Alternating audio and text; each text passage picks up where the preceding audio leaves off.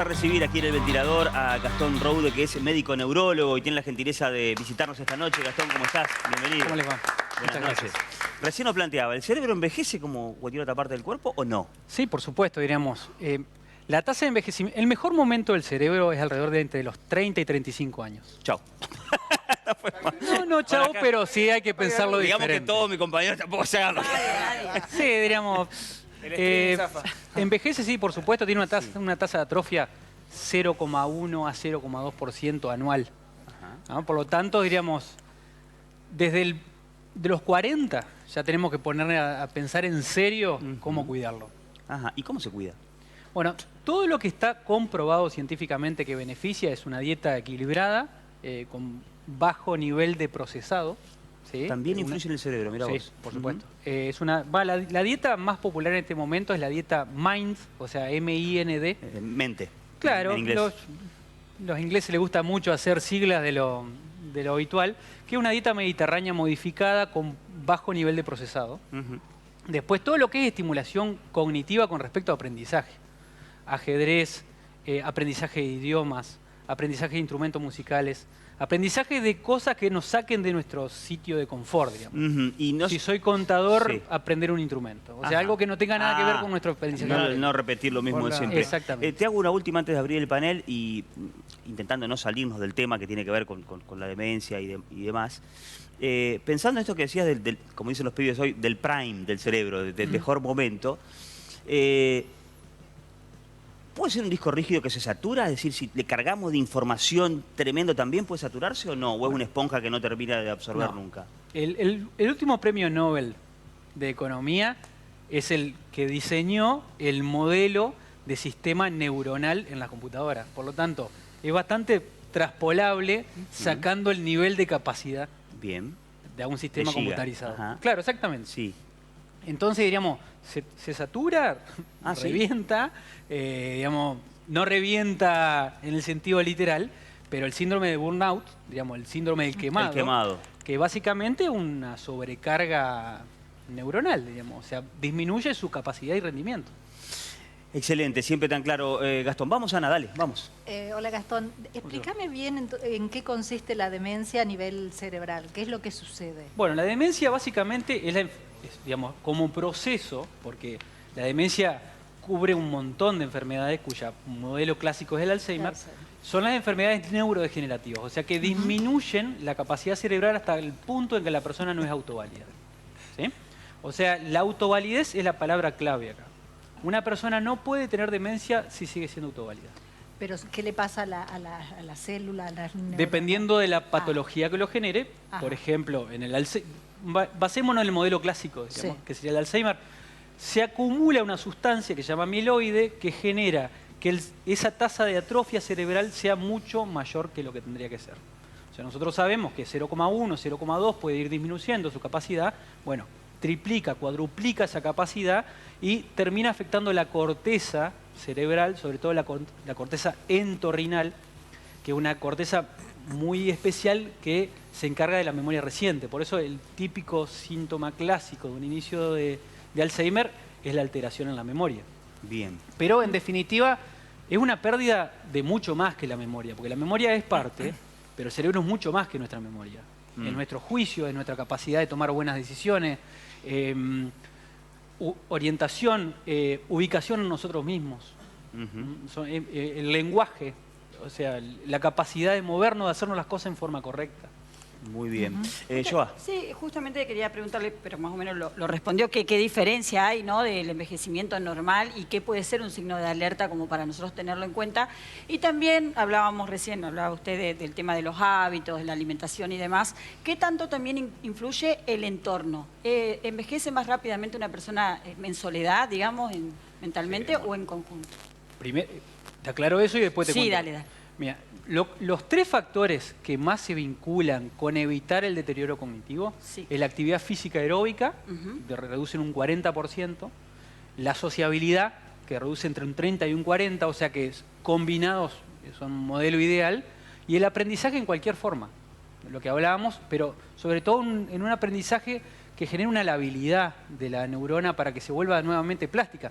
El concepto es la neurogénesis, o sea, generar nuevas neuronas a partir de nuevo conocimiento. La neurona se regenera, Claro. que eso es un concepto que es nuevo, pero está claramente aclarado actualmente, que antes la teoría clásica era la de Ramón y Cajal, premio Nobel de Medicina, que dijo, neurona muerta, se acabó. Como que tenemos a los 30 el mejor momento y después empezamos a gastarnos las balas. Bueno, no es así.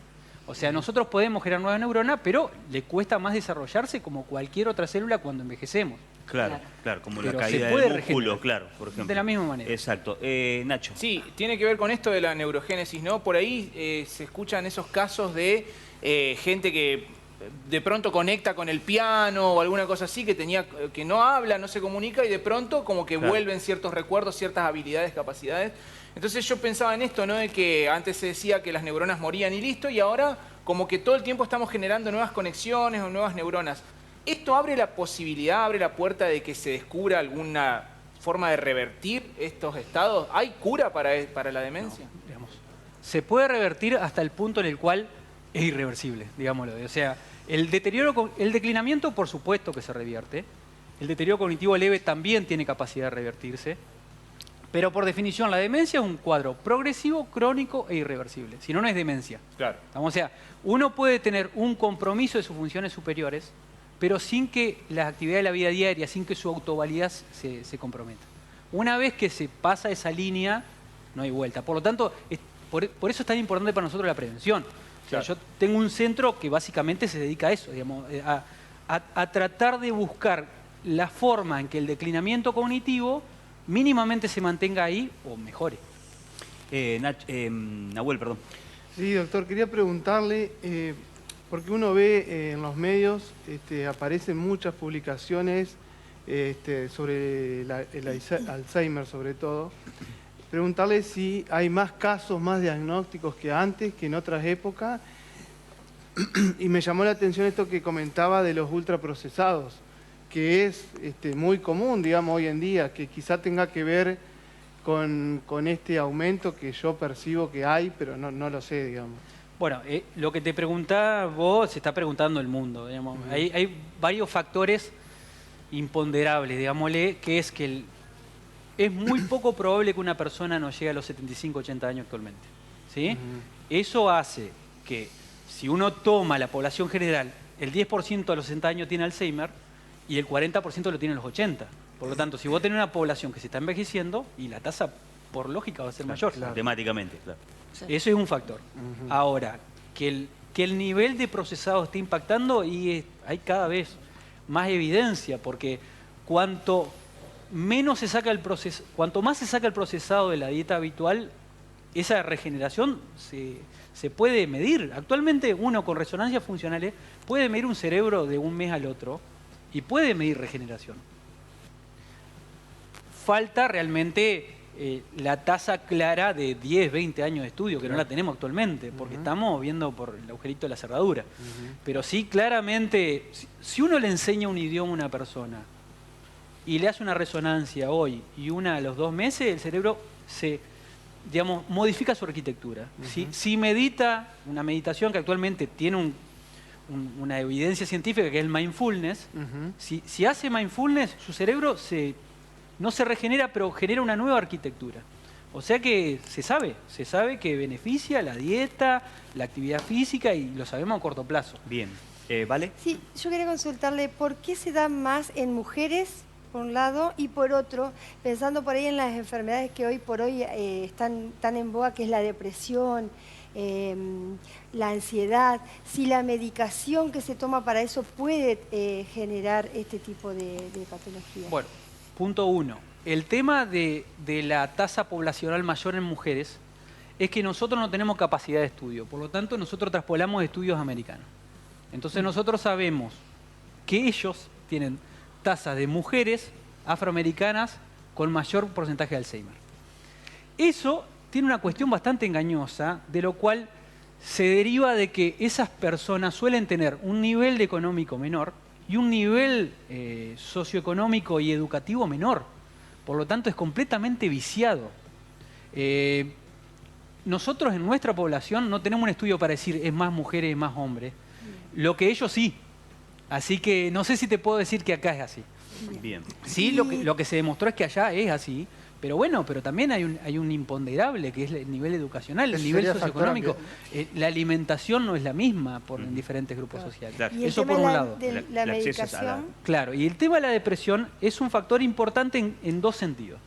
La depresión es un factor de riesgo para el Alzheimer y es uno de los síntomas más clásicos. Entonces, es un huevo gallina de qué es lo que genera Mirá qué. vos. Por lo tanto, nosotros típicamente hacemos test para ver a ver si es un confundidor o si es un síntoma base. Entonces, hacemos un tratamiento con antidepresivos y vemos la respuesta que tienen. Por lo tanto, por lo menos no está claro que esos medicamentos predispongan el proceso. Sí, la depresión predispone, que también tiene que ver con una disminución social también. Claro. El depresivo tiene la tendencia a aislarse y eso aumenta la tasa. Entonces, es demasiado multifactorial para echarle la culpa a una cosa. Menos ganas de digámoslo hacer así. un montón de Ana. cosas. Yo quería que me cuentes un poco, bueno, hablaste ya algo del tratamiento, porque bueno, estamos hablando de prevención, de hábitos, pero una vez que ya está instalado, ¿qué es lo mejor para una persona con demencia o con Alzheimer específicamente? Y sabés que me interesa muchísimo el tema de las personas que lo acompañan, ¿no? Porque es una enfermedad muy dura, entonces para que al que acompaña también es muy duro. No, sin duda, digamos. Actualmente lo que podemos hacer en esa persona que ya lo sufre, que ya tiene un cuadro de irreversibilidad, bueno, tratar de que la velocidad de progresión sea menor, que es lo mejor que podemos ofrecer actualmente. ¿Y cómo? ¿Solo con medicación? No, solo con medicación. La medicación es un factor, ¿eh? O sea, no le quito la importancia. Pero, por ejemplo, en Canadá, el sistema es social, el sistema de medicamentos. Por lo tanto, los medicamentos tienen que demostrar cierta tasa de beneficio para que el sistema los cubra. No cubren los antidemenciales. ¿Vamos? Porque no han demostrado tener un beneficio tan alto. Por lo tanto, en Alzheimer en particular, el medicamento importa, yo se lo doy, pero con muy poca expectativa con respecto a la respuesta. Yo sé que si le hago una estimulación cognitiva en un ambiente social, si lo hago caminar, 1 de cada 2 va a responder. Y si le doy un medicamento, 1 de cada 10 va a responder. Voy con ese, pero no quiero perder la pregunta de lo de Ana con la Del medicación. acompañamiento. ¿Cómo, Ana? No, y del acompañamiento me Y faltaba. el acompañamiento, bueno, hay una cuestión muy clara que es el tema del síndrome del cuidador. Digamos, ya lo digo de por sí, es una persona que no tiene conciencia de enfermedad. Por lo tanto, ir hacia esa persona es complejísimo. ¿Por qué? Porque ya pierde las funciones de la corteza cerebral. La función de la corteza cerebral es el manejo del lenguaje, la autovalidez para hacer las cosas y también la gnosia, el reconocimiento de uno y del medio. Por lo tanto, están todos enfermos menos ellos. ¿No? O sea que para el familiar el nivel de desgaste es indescriptible. ¿No? O sea, incluso, ¿qué pasa? Empiezan a pensar como si fuera una persona normal que se está poniendo en caprichoso, digámosle. Entonces, entender que el proceso es irreversible y no lo hace a propósito, es sumamente desgastante para la persona, porque típicamente la persona no pierde la inteligencia. Entonces, una persona que no es autoválida, pero puede manipular. Entonces, digamos, a nivel familiar es sumamente desgastante. Y ciertas variantes que tienen un compromiso conductual mayor, que sobre todo la variante frontal, son muy desgastantes a nivel familiar. Te digo que me preocupa más la familia que ¿Cómo que el se hace paciente. ahí? Perdón. No, sí, no, antes de decirle, ¿Cómo para no se olvidarme hace? el tema del medicamento, Dale, digo, dale. claramente que está mal, pero sabemos que con otras situaciones, no sé, con un resfrío, la gente se automedica. Acá hay casos de que ante situaciones así recurran a medicación. ¿Le ha tocado pasar por ese momento? Por supuesto, digamos, Es tremendo. igualmente, la tasa de respuesta al antidemencial es tan baja que no le genero gran expectativa al respecto. Bien. Sí, le explico, porque ¿qué pasa? La gente entra al consultorio pidiéndome una medicación Dame para la algo. memoria, que en cuanto salga yo la empiezo a tomar, voy a levantar el teléfono y avisar a mis pacientes. O sea, no existe la medicación para la memoria. Ojalá lo existiera, sería mucho más fácil, no tengo que salir a correr y no tengo que estudiar. Y comer bien. Y claro, y comer bien. Entonces, digamos, no tenemos un impacto tan alto medicamentoso como lo tiene el cardiólogo con la hipertensión. Claro. digamos. Bien. Entonces, es muy tendiente a que la persona se automedique con falta de expectativa. Entonces viene el familiar y me dice, está igual. Bueno, buenísimo que esté igual. O sea, porque yo lo que busco es que no empeore. Claro. Es fuerte igual Entonces, recibir eso, ¿no? Sí. Es una enfermedad muy desgastante a nivel... Les digo, sinceramente, para mí es peor el contexto familiar que el paciente. Ok. Porque el paciente no tiene conciencia de enfermedad. Ezequiel, sí, perdón. No, apuntaba respecto de lo que mencionaba, doctor, de los familiares. Decía que es desgastante, etcétera. Bueno, ¿qué recomendación podría dar en el sentido de cómo relacionarse, qué hacer, qué sé yo? Bueno, lo más importante es entender que la persona no lo está haciendo a propósito, O sea, que no capricho, sino que es como un decían. proceso, claro, que es un proceso el cual no puede dominar.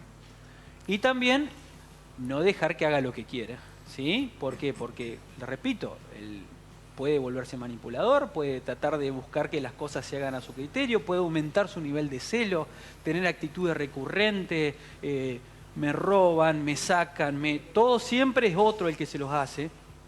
Bueno, tratar de buscar una ayuda psicológica, no, o sea, obligadamente tener una ayuda psicológica. El familiar. Claro, sí. porque sí, el paciente no tiene conciencia. Okay. Es tremendo Entonces, también, es tremendo lo que planteas. Claro, entonces es importante buscar una forma de filtrar eso, porque si no... Javier. Doctor, me hace acordar mucho usted en la forma de expresarse al doctor Mario Pierotti, que lamentablemente no está entre nosotros, un gran neurólogo de acá de Paraná. Y él nos explicaba, yo tuve casos en mi familia con situaciones de demencia senil y de Alzheimer. Él hablaba de humanizar a estas situaciones, en las cuales muchas familias lo primero que hacen es darle espalda a esa persona que tiene ese padecimiento y lo abandonan directamente para que vaya a una casa de adultos mayores. Es lo peor que puede hacer, me parece, una familia. Por eso es bueno que ustedes tengan este mensaje de contención y de que le enseñen a la familia, como recién le decía a Ezequiel, cómo prepararse, cómo trabajar, cómo ayudar, cómo contener a esa persona con esas limitaciones. No, seguro. Digamos, el impacto social es clave. El impacto social es clave y lamentablemente, bueno, nadie está preparado para un familiar enfermo. No hay un librito para manejar esto. Entonces hay personalidades, hay personas que tienen personalidades muy fuertes que se exacerban aún más y no es fácil para el familiar estar siempre con energía para el desgaste que significa. Ana.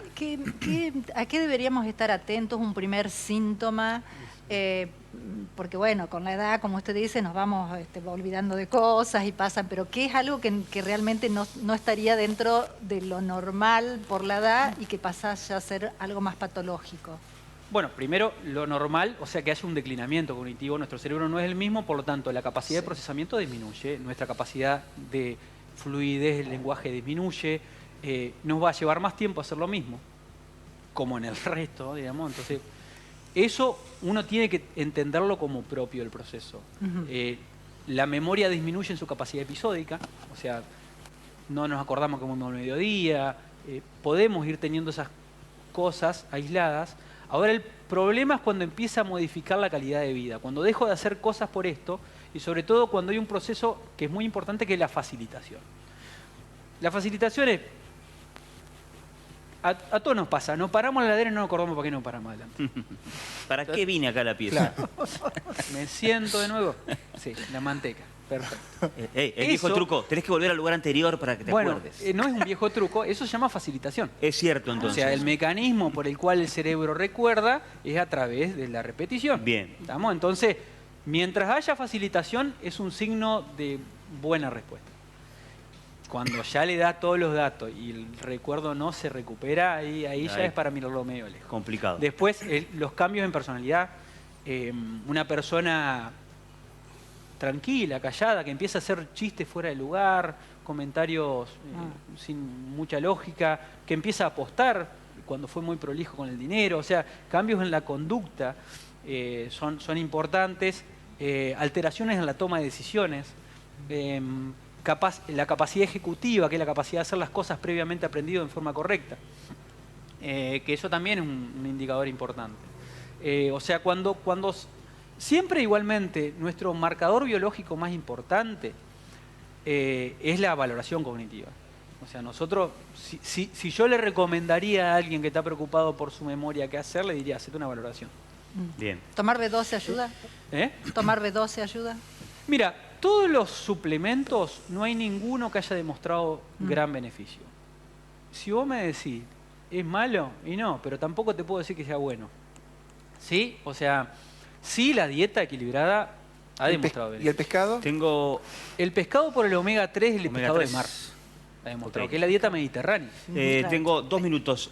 Nacho, dame. Sí, tiene que ver con esto. Me doy cuenta que me empiezo a olvidar de las cosas, o mi mamá, mi papá empiezan a tener estos episodios. ¿Qué estrategias le podemos recomendar a los televidentes para que, bueno, empiecen a encarar esta situación? Amén de lo que acaba de decir.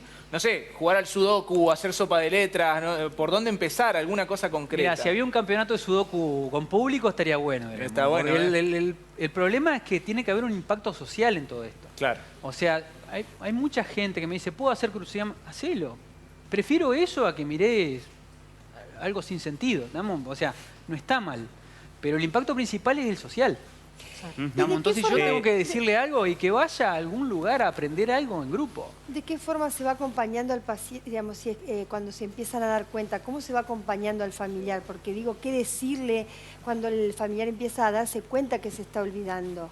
¿Cómo se lo acompaña? Bueno, con respecto a eso, lo que sí es muy difícil también informar porque la persona vive como puede, diríamos esto. Entonces no es tan fácil como decirlo, pero sí hay que tratar sobre todo de concientizar de que no hay conciencia de enfermedad en el enfermo. Por lo tanto, digamos, si yo le diría un consejo a un familiar es que tome las riendas de las decisiones porque es una persona que dejó de ser autoválida y que tenga conciencia de que la persona no tiene conciencia. Bien. Tengo un par de mensajes, Mariano. Vamos con el primero.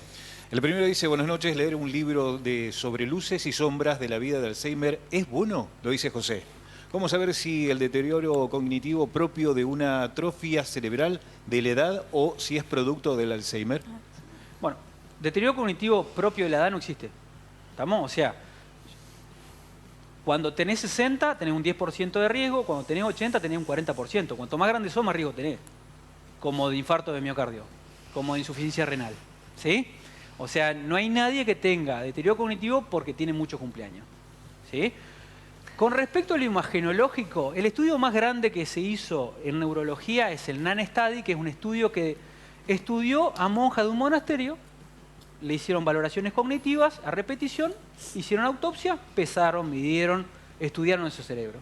Había monjas que tenían el cerebro destrozado estructuralmente, con pruebas cognitivas brillantes, y pacientes no, monjas con desastrosos o cerebros divinos que tenían pruebas cognitivas que eran un desastre. Claro. Entonces empezaron a decir, pero pará, entonces ¿cómo es? ¿Qué onda?